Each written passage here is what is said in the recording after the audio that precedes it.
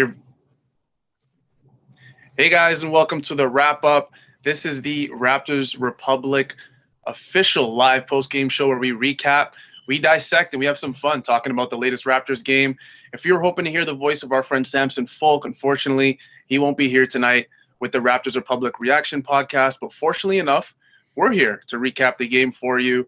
Again, this is a live show, so if you're following live, you're going to see the best tweets, moments, and highlights all flowing across the screen throughout the show.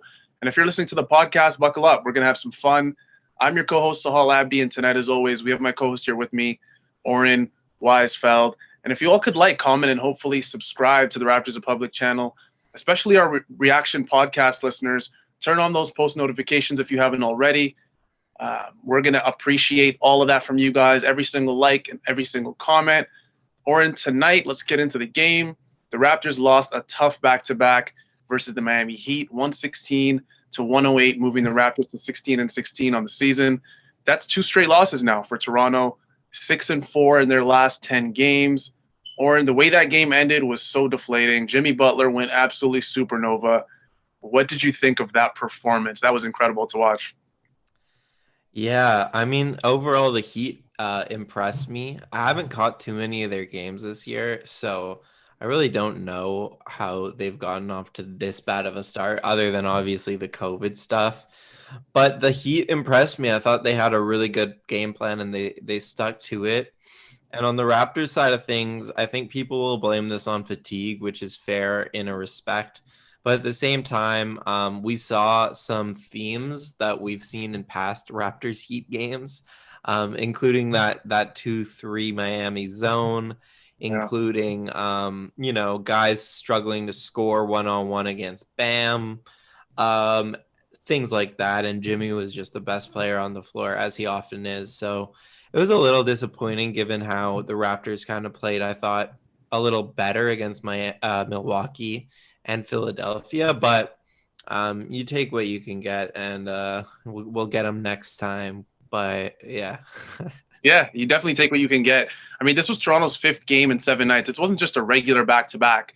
5 games in 7 nights is almost unheard of. Some good news, though. Lowry did return for this game, and the Raptors did feature a super small starting lineup for this one with Kyle Lowry, Fred VanVleet, Norman Powell, Pascal Siakam, and OG Anunoby. And, with a smaller team like Miami, I mean, in comparison to the 2 bigger teams Toronto just faced in Milwaukee and Philly, this looked like a better matchup for Toronto. They've struggled with Miami over the years. I mean, Erik Spoelstra, we know this by now. He's an absolute coaching genius.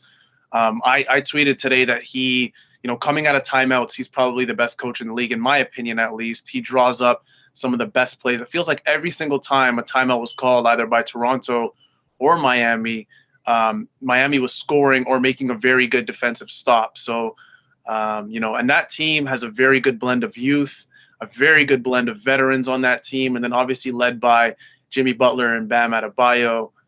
Just a very balanced team. And people always forget, like, this is a team that went to the finals last year. So, they're a force to be reckoned with. But just in terms of how the game started, it was a good game to begin. Toronto started off the game super hot from 3. One thing I didn't really understand, Oren, was, DeAndre Bembry and Patrick McCaw playing at the same time. I mean, I'm not even really a fan of Patrick McCaw playing at all, considering, the options Nick Nurse has at his disposal on the bench. But, I mean, both of them playing at the same time, they have very similar skill sets.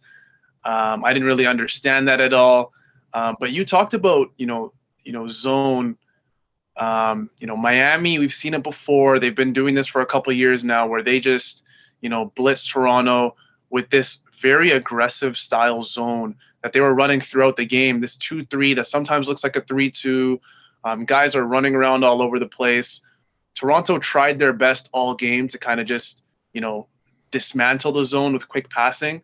I don't know if you watch Miami all that often, especially when they're not playing Toronto, but did you like that kind of zone that they were playing against Toronto? Do you think it was successful? Yeah, yeah. I do watch them once in a while. I mean, that zone works because they have really athletic guys who they play at the top of it. It's a pretty unconventional zone in the sense that it's a 2-3 and they play guys like Jimmy and they play guys like what's the name? Iguodala. Iguodala, thank you. Yes. Yeah. I was having a brain fart there myself. You weren't the only one. Yeah, so those guys like Jimmy, for example, just kept getting steals on the wing-to-wing passes. He was Yeah. really everywhere tonight defensively. And then down low, you have Bam, who is just a great help defender and rim protector. And the Raptors really struggled, and Pascal Siakam is theoretically probably their best zone buster in the sense that he has a mid-range shot, so he can kind of operate from that elbow area. He's a really good passer now. He has an off the dribble game, but it just wasn't his game, and I'm sure we'll get into him. So they struggled, and we've seen the change from a Marc Gasol who used to be put in the middle of that zone and just pick everyone apart, and just teams really weren't going zone against us because he was so good. And now what we do is usually put OG in the middle of the zone, and from the eye test, it just hasn't been very effective. I would like to see them go to Pascal more in the middle there. And tonight's not a very good example of that because he just wasn't that good tonight. Yeah. But real quick, it's interesting that you mentioned the 5 games in 7 nights thing, because the second half of the schedule just came out and the Raptors have 4 pairs of back-to-backs. So a lot of teams have compact schedules, and this season they dropped a stat on the broadcast that the Raptors are 1-4, and now after this game 1-5 on the second night of back-to-backs. And the last 2 seasons they were they had a really good winning percentage on those games. So it is a little worrisome for me going forward because I just don't like the depth very much. There's interesting pieces on this team, from Utah to Bembry to Stanley Johnson. Those guys are all interesting, but the lack of a clear definition, because there still isn't really a rotation, I think is hurting them in these games where someone has to step up from the bench and provide some scoring. And it's no one knows who it's going to be on any given night. And tonight it was nobody. And I thought that was a big difference. Yeah, for sure. I think you made a really good point. I mean, when you look at the Raptors, it feels like Nick Nurse is kind of it's just a roulette of bench players trying to come in. Sometimes you see Matt Thomas or Terrence Davis just not even play certain games in the season, and then they're expected to come in and play 15 to 20 minutes and kind of change the game for Toronto. The only real consistent bench option we've seen for Toronto has been Chris Boucher. And before that, it was Norman Powell. And Norman Powell's been, electric as a starter, but since he's been moved, to the starting lineup, you kind of are missing something on the bench. You're relying on guys like Matt Thomas, Terrence Davis. We mentioned DeAndre Bembry and now Patrick McCaw, and all these guys are coming in. But at the same time, it's who can we really rely on when it really comes down to it other than Chris Boucher? That's a great point you made. And I wanted to quickly just end off on Pascal Siakam. I mean, he played 42 minutes last night, in a full-scale basketball game versus the Philadelphia 76ers. And you mentioned it. I don't know if you remember last night during our post-game live show, you literally mentioned how we'd likely see a reduced offensive load or a reduced minute load for Pascal Siakam, especially with a guy like Lowry obviously coming back tonight. This turned out to be true, right? He only had, a very minimal field goal attempt compared to at least the last game. He didn't really shoot the ball as much, didn't really look as engaged, which is, again, understandable off of a crazy back-to-back. But at the end of the day, Oren, you look at this team and you look at a guy like Kyle Lowry who had a fantastic game. He can't really pick up all the slack. Where is that scoring depth, Oren? Do you think it lies on the bench, or do you think that's something that Toronto can target, I guess you could say, in the future? No, I think it's just this is a team that has a small margin for error, which I mentioned before. And unless 3 of their 4 best players at least really have it going on a given night, they're just going to struggle to win. And today you saw that with Pascal, who just didn't have a good game, got benched in the 4th quarter in favor of Terrence Davis, which I wouldn't read too much into because, just like you said, he played 42 minutes last night. And I really think it was just Nurse saying, not that you're playing so bad, but more so let's just give you the rest of the night off because you don't have it tonight. And there's no real point in pushing your legs this much if you're not going to give us a ton. So yeah, he wasn't good. He didn't bring them enough on either end, and that was a big difference maker for sure. In terms of the scoring punch, yeah, like I think you ideally want some more guys who can come off the bench other than Boucher and provide you scoring. Right now, the bench is just so tilted towards, role player, glue guy types who are good defenders, and that's nice, but who aren't real offensive players. And people were harping on Twitter about the lineups all night, and I get that. But at the same time, Yeah. what do you want Nurse to do? Because he just doesn't have a ton of options in terms of good 3-point shooters off the Yeah. bench. He doesn't have a ton of playmakers off the bench. Mm-hmm. It's not like the most skilled group where he can easily find a great mix and match as easily, I guess. So yeah, he is having to put these bench guys in bigger roles than they really can thrive in. And in games like this, when you play a team as smart as Miami, who's going to attack those guys, it really shows the lack of depth, in my opinion. Yeah, for sure. I mean, Miami, you look up and down, these guys are missing some guys as well. I mean, Tyler Harrow, if people didn't notice, he didn't play that game. Myers Leonard was out. Avery Bradley was out, and they still got it done, I guess you could say, for the Miami Heat. I wanted to go into a very interesting point, Oren, in this game, where, throughout the entire game, Miami was having so much success with the pick and roll. You briefly mentioned it, especially with Bam Adebayo involved. It feels like he was just creating so much room for guys like Goran Dragic and Kendrick Nunn, which was eventually getting shooters really good looks from the three. William Liu, who's a very good friend of Raptors Republic, obviously former Raptors Republic, now with Yahoo Sports Canada, he mentioned a really good point on Twitter where teams are pump faking Toronto a whole lot more. And that, at this point, Oren, is probably part of the scouting report versus Toronto to kind of combat their ultra aggressive, double team, hard closeouts. My question to you, Oren, is that can Toronto sustain this type of defense that they've been playing the last 4 or 5 games with this small lineup, or have teams really figured them out at this point?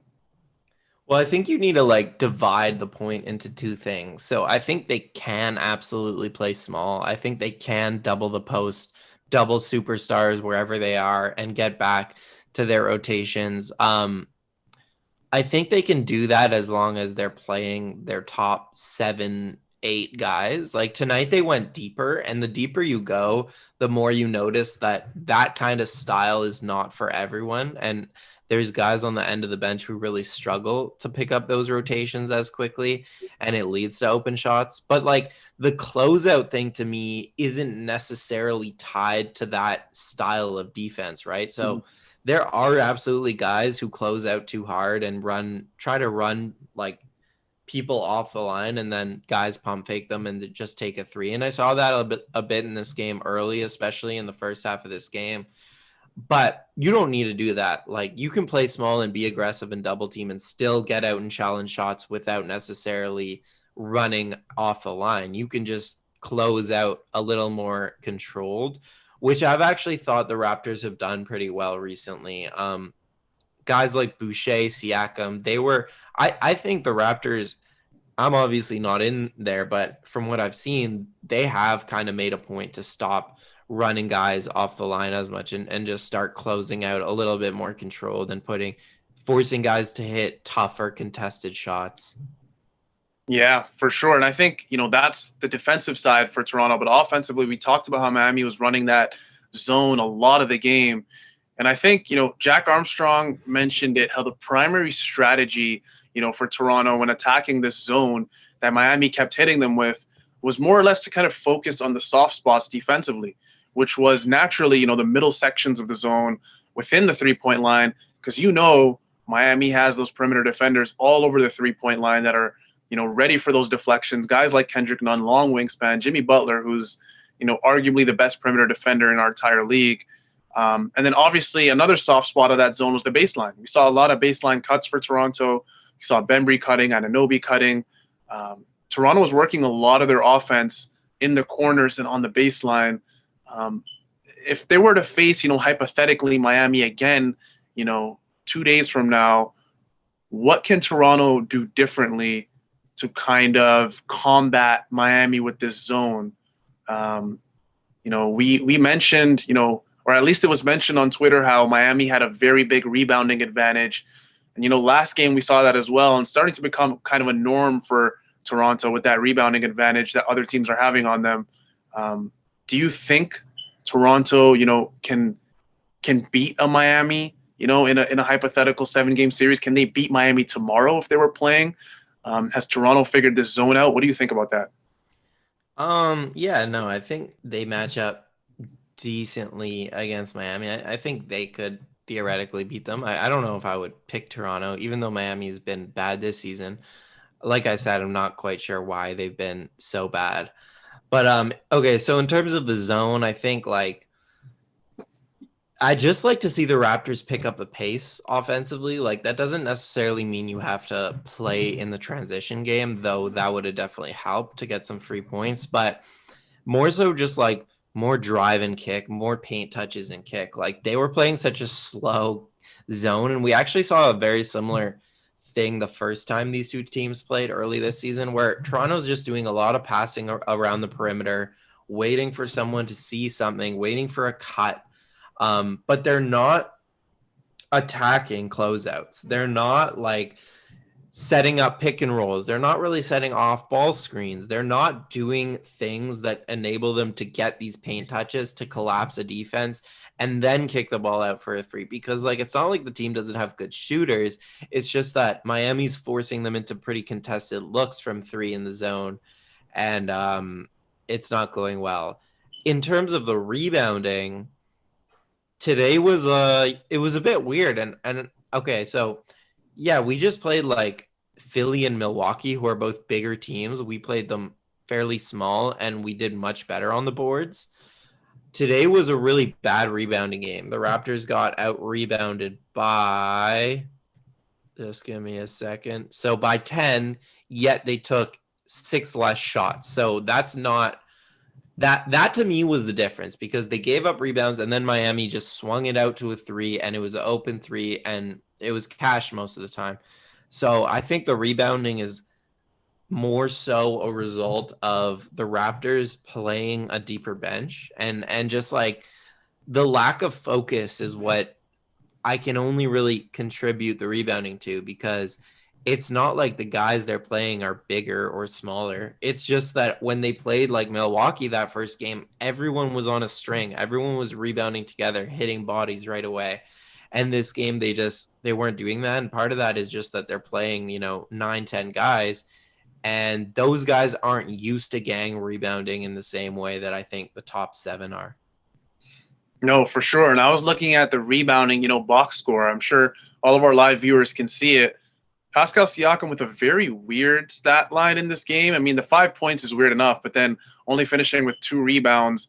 No Raptors at all, Oren, finished this game with 10 double-digit rebounds. I guess you could say 10 plus, which is, again, strange for Toronto. Not very strange. I don't know if any Raptors really average 10 or more rebounds. I doubt it at this point in the season. But like you said, it's been a team rebounding kind of strategy for Toronto this entire season. And for them, they just didn't get it done today. And this was the difference. I mean, Miami led in offensive rebound percentage. They led in defensive rebound percentage. Bam Adebayo looked like he was, absolutely demolishing every last human being on the boards at times. I'm surprised, honestly, he only finished with 12. I wanted to quickly get into, Oren, a YouTube question, a live question that we just got. And I'm going to ask you it. Does Chris Boucher get pushed around on the boards? It's a very, simple question to answer, I guess, because he's a thinner guy, a much longer guy. But does Chris Boucher get pushed down on the boards? And do you see that as a problem for Toronto? Should they kind of look into the center position a lot more deeply? They should look in the center position, that's for sure. But I don't think it's really Chris Boucher's fault. Like, yeah. Bam, you have to remember, Bam is a good rebounder. And Boucher is not a very good defensive rebounder, but part of the reason is because he's really a 4. He's not a 5. He's just playing the 5 out at pretty much desperation for this team. So yeah, like certain centers definitely push him around a little bit. I think he's been better this season just in terms of positioning and in terms of timing, because a lot of it's just as long as you time it right and you're as long as him, you're going to be fine. But yeah, like Boucher is never going to be an elite defensive rebounder at the 5 because there are centers who are 250 pounds in this league and are as tall as him. That's just like the reality of the situation. So there's Yeah. not much he can ever do to combat that. But there's little things that I think he's picked up along the way this season, positioning, boxing out, timing that are helping him be a pretty decent defender at his position. Yeah, for sure. I mean, one of, I think, the most exhausting things to watch as a basketball fan is for sure just watching your team get out rebounded. We had someone in the chat, I believe he goes by the name James G, where he essentially said it wasn't Chris Boucher's fault. His fault. He kind of reiterated what you said, where it's not Chris Boucher's really fault. He's 6'9", I believe he's 215, 220 pounds, very thin guy. But Chris Boucher does offer other things, like you said. So can you really blame him for being put in a situation against a stronger guy like Bam, who has such a good sense of rebounding around the hoop? You can't. I think that's just more of a roster hole for Toronto that they have yet to address. Rebounding was definitely a big thing. We talked about the zone. We talked about Toronto's defense and their closeouts. I wanted to get into one specific player, and I'm surprised we're getting into him this late in the game, or Yeah, I was this going to say. in the show. Kyle Lowry was a guy, Oren, for me, who was absolutely incredible in this game. I was kind of sad at this point, Oren, where late in the game, Kyle Lowry wasn't really, offensively, I want to say as assertive as he was the first 3 quarters of the game. Shot an amazing percentage all throughout the game. He finished with 24 points. He was 9 for 13, 4 for 7 from 3. Just a very good game all around for Kyle Lowry. 8 assists, 7 rebounds, a couple steals. Kyle Lowry, to me, if there's a player of the game for Toronto, it was definitely Kyle Lowry. Fred also had 24, but I mean, just the impact Kyle Lowry had, you felt it on every single possession. What did you think about Kyle's game? Yeah, I think it was probably the best game of his season, to be honest. It was so fun to watch. It was unfortunate that they couldn't get the win for him because he just played, a vintage Kyle Lowry game. Doing a little bit of he really showcased all his trademark moves, I would say. He had like a couple pull-up threes in transition. He had that like beautiful like fading elbow jumper that he likes to go to once in a while. He has some great layups in transition. Anytime Kyle sees whoever's closing out on him close out with the wrong foot, he's so good at just going and reading the angles and getting to the rim. And like that's a thing like Fred hasn't been as good at, and that he's kind of getting better at recently, is just like finding those angles to exploit and to like get big men when they're not expecting you and get to the rim that way. So yeah, I was really, really happy to see Kyle. It was just enjoyable from a purely like aesthetic perspective. It's funny kind of to watch him after being out of the lineup for so long. I forgot how like just like short he is and like ridiculously talented he is for his size, and even how fast he is at times when he picks it up.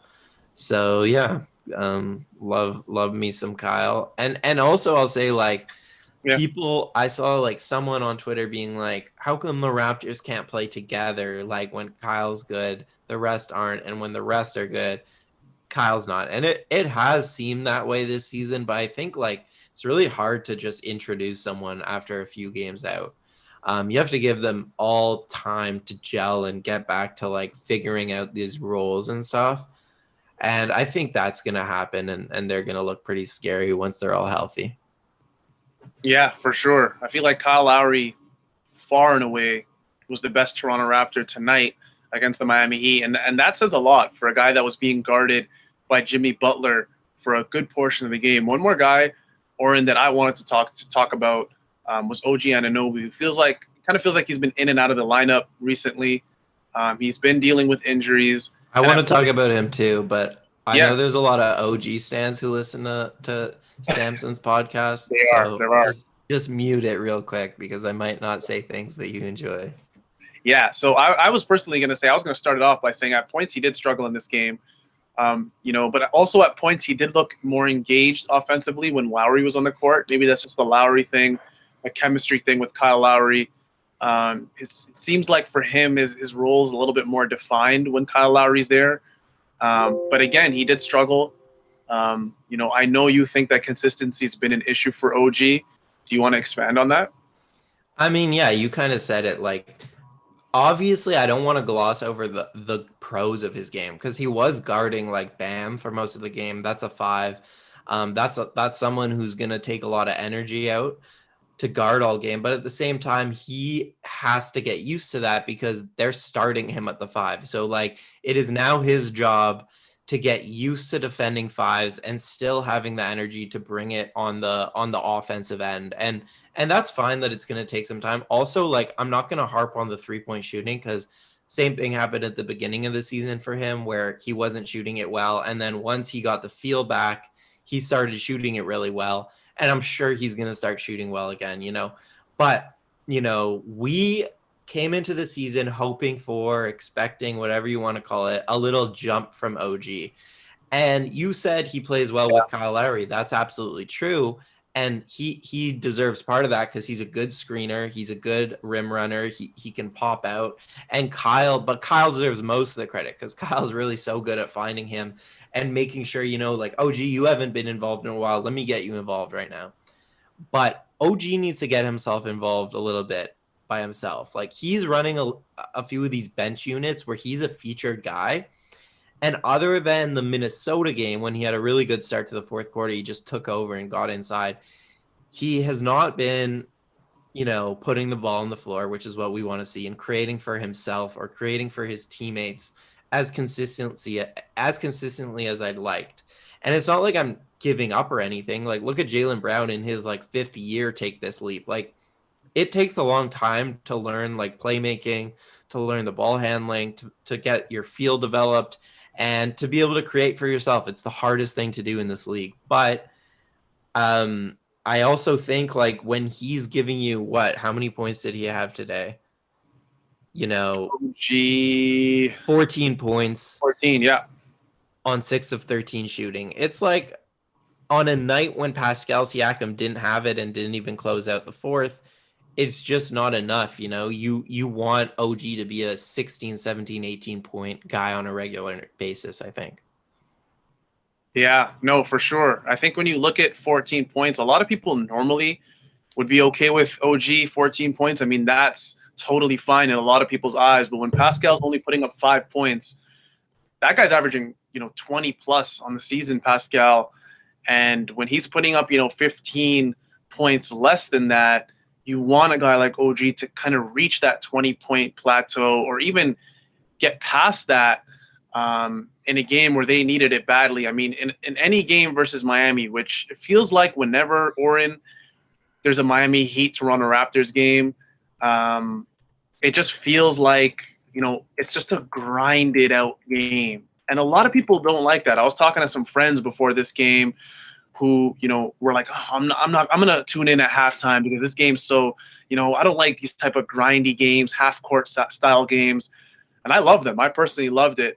And that leads me, to my wrap up turning point of the game. Can I just say real quick on OG, last point I just thought of, is that like, I think like, I don't have the numbers for this, but watching him, it feels like when his shot isn't going down, he doesn't have other ways to score. And that's, I think, the next thing. Like, he does not have a very good free throw rate at all. He doesn't get to the line. Like I said, he doesn't have a dependable mid-range jumper. He doesn't get used in the pick and roll as a ball handler where you can kind of get to those spots. So I think he just needs to find more ways to score when the three is not going down on a night like tonight. Yeah, for sure. It feels like OG a lot of times when he's driving in, he's kind of just barging into players, hoping for a foul to be called. And at this point, I mean, he's in his 4th season. He's been a starter for 3 out of 4 years. He was a starter in his rookie year. And then Kawhi came along and he wasn't a starter. And then his 3rd year, obviously, he was a starter last season. Then he's a starter this year. So at this point, you want to see that type of offensive development for him. But I was going to quickly get into one of our segments, the wrap up turning point of the game, and that was the one that really just sealed it for Miami. It was Jimmy Butler bringing it up, Bam Adebayo looking at the role player saying, "Clear out. This is our time, right?" Just a way to put the Raptors out of their misery. There's about 40 seconds left on the clock. Jimmy Butler takes the screen and roll and dishes it off to Adebayo, and that kind of just sealed the game for Toronto and for Miami, obviously. Two guys that had a lot of success in this game. Like we said earlier, Bam Adebayo was unstoppable on the glass, and Jimmy Butler went supernova. He ended the game with 27 points. He had 8 free throws attempted, so he was super aggressive. Jimmy, we don't really see, Jimmy isn't known for his three-pointer, but he went 3 for 4. I believe he had 14 points in the fourth quarter. He had 10 assists as well, 8 rebounds. Jimmy had an incredible game. He was probably the player of the game, beside obviously Adebayo and then Kyle Lowry for the Toronto Raptors. Did you like, Bam wasn't, named an all-star. He was a guy that a lot of Miami Heat fans thought would get in there.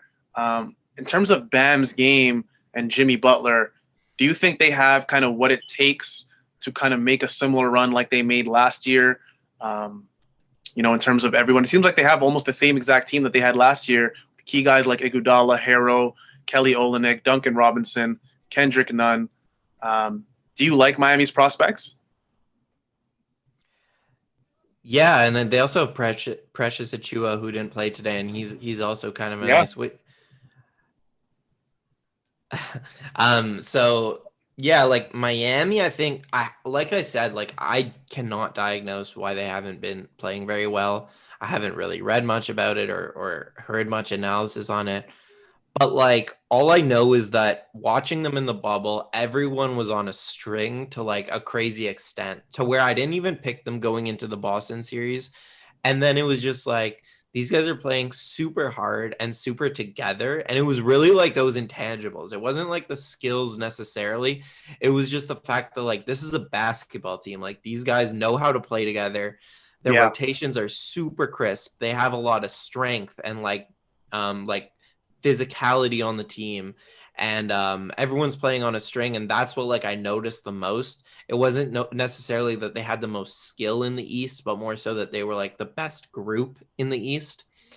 So they obviously haven't been that for a number of reasons this season, including COVID and injuries like messing up the lineups. I think the Raptors have dealt with a little bit of the injuries messing up lineups.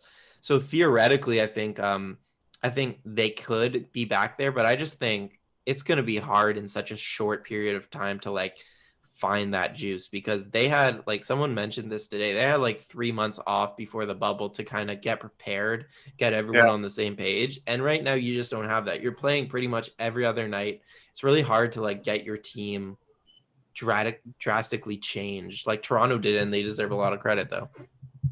No, they do. And speaking of Toronto, Nick Nurse, who's obviously the head coach of the Toronto Raptors, he made a really, really spicy comment. I don't know, Oren, if you've seen it yet. Post-game comment from Nick Nurse during the press conference, and he straight up said, we outplayed them. We outplayed the Miami Heat, that is. The ball just didn't bounce our way. Do you agree with Nick Nurse's comments that, the Toronto Raptors outplayed Miami? He probably saw a lot of tough Jimmy Butler shots late in that fourth quarter, which kind of sealed that idea for him. Do you think Toronto outplayed Miami, or did you think Miami deserved this one through and through? No, I think Miami was the better team. I think maybe it was a bit closer than the score showed, but I think in general, Miami was a little bit better. And it really comes down to two things for me, which is one, the rebounding, not because like 10 rebounds is such a big issue, but more so that they just created from those rebounds really well. And because that's what happens when you have a scrambling defense off of offensive rebound. And the other thing is like, it's hard to say that your team played better when your like number one option has 5 points or 4 points in Pascal. So I would just say that. No, for sure. I agree with you. I think Miami played super hard. You mentioned it last year, or I should say Was it last year? Yeah, last year, 2020, in the bubble. I can't really keep track of time, man. This COVID stuff has me all over the place. But during the bubble, they played together. They played together tonight. I mean, if we're talking team chemistry, strictly team chemistry, Miami Heat, probably have the best chemistry in the league in terms of how they play with each other. They run their sets so nicely, so in such crisp, fashion. A lot of that obviously has to do with Eric Spoelstra, who I feel like, is a top 3 coach in the league, if not, the best coach in basketball. I quickly wanted to mention, one more thing about Eric Spoelstra. First of all, Oren, I'm going to ask you a 2-part question. Where do you rank him in terms of basketball? I know a lot of people think Nick Nurse is up there as well in that top 5 kind of category. Greg Popovich is obviously still coaching. Guys like Rick Carlisle, who haven't had that much success recently, but he's still thought of as one of the premier coaches in the league. What did you think about Eric Spoelstra and his impact on this game? Yeah, I mean, I agree. He's top 5 for sure. He's really good. Yeah. I think. Okay, I guess I haven't made this point yet. So defensively, the zone really screwed Toronto up, but like Toronto knew they were going to do this. They did the exact same thing early this season, and the Raptors couldn't solve it, and it was a lot of the same issues tonight. So I think that's a little more on Nick Nurse than like any genius thing that Spo did. Offensively, though, I think one thing the Heat did pretty smart tonight was like they didn't really play inside out like they do a lot. Like a lot of the time they'll give the ball to Bam at the corner and then ask him to like dribble handoffs, or like not the corners, the elbows, dribble handoffs, or like find cutters, things like that. I didn't see them do that very much today. They use more pick and roll at the top of the arc. And I think the reason they did that is like watching the last 4 games the Raptors played is like every time that those teams gave the ball to whether it was Joel Embiid or Giannis down low, it was just like so many turnovers were being created. Like I think Joel Embiid had like 5 turnovers on back-to-back nights because that's what happens when you play a small ball version of the Raptors. If you play inside out, they're going to turn you over, they're going to run, and they're going to score on the fast break. And so I thought Miami was really smart to not play that way. Instead, they kind of played outside in and only went inside when they had something there. So yeah, I thought that was pretty smart. Yeah, I want to talk about, we talked about the game, I think, more than enough at this point. I just want to say the Raptors played 12 guys today. I just saw that. That's crazy. Oh, that's incredible. That's incredible. I didn't even know that myself. They played almost everybody. I mean, who didn't play at this point? I think Utah didn't play. Malachi, you said earlier, didn't play. And who else? Paul Watson. Yeah. Paul Watson didn't play as well. So going 12 deep, that's pretty insane for Toronto. I wanted to get into a little bit more post-game stuff with you, Oren. Kyle Lowry, apparently, news all over Twitter is that he did injure his thumb, and he's, again, coming off of an injury. This was his first game back. When asked what happened to his thumb, he said, quote, "It's an upper body injury, some hockey terminology," end quote. Kyle Lowry's next game, I mean, the next 3 games for Toronto in order are the Rockets, Bulls, and Pistons. 3 very winnable games for Toronto. And then they got the Celtics, who they've had, their fair share of struggles against. But the Rockets are up next on Friday.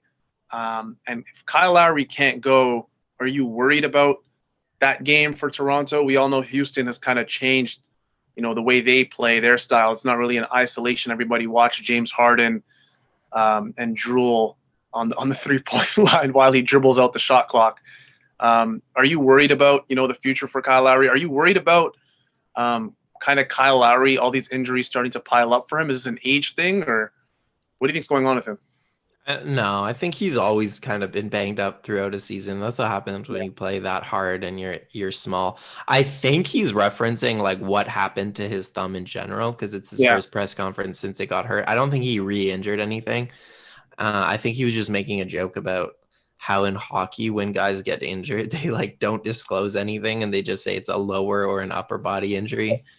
Like a guy will get concussed in hockey and like get like carted off the floor, and they'll be like, yeah, it's an upper body injury. Like, yeah, we know it's upper body injury. We know at this point. No, for sure. I love Kyle Lowry. I love that about him. This is why he's known as the Bulldog for the city of Toronto. A guy who obviously led Toronto to some great things the last 4, 5, 6 years. Like I said, the Raptors do have the Houston Rockets up next.